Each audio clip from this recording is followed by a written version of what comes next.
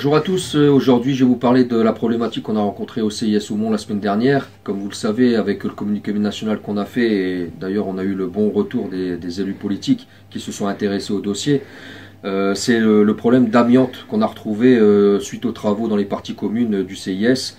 Dans les faux plafonds, on a trouvé de l'amiante, et donc de ce fait-là, tout a été condamné.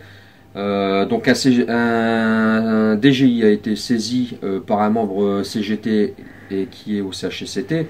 Donc de ce fait-là, on a saisi un DGI. L'administration a procédé à une enquête qui a eu lieu, la première journée a eu lieu vendredi dernier. Et de là, nous avons été réunis et nous avons constaté que en fait, c'est cette poudre d'amiante qui a été retrouvée dans les faux plafonds et suite aux travaux qui a été effectués en 2012 sur les tôles éternites, les tôles fibro-amiantes de l'Armise. Maintenant, le mal est fait. Nous, au CHSCT, on a demandé depuis 4 ans le diagnostic plomb, amiante, électricité, gaz, que l'administration a refusé. Systématiquement, on l'a demandé 3-4 fois en 4 ans. Et l'administration a systématiquement refusé ce diagnostic aux membres CHSCT, chose illégale. Maintenant, le mal est fait. Nous, ce qu'on veut, c'est le recensement des personnels qui ont travaillé au CIS ou qui sont intervenus dans le CIS depuis 2012.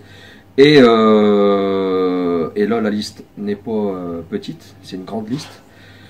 Pour ça, avec cette liste, il faut entamer le processus qui suit, c'est-à-dire l'attestation d'exposition à amiante, qui donnera un suivi médical adapté, scanner, prise de sang, analyse d'urine, pendant le nombre d'années qu'il faut, même après la retraite.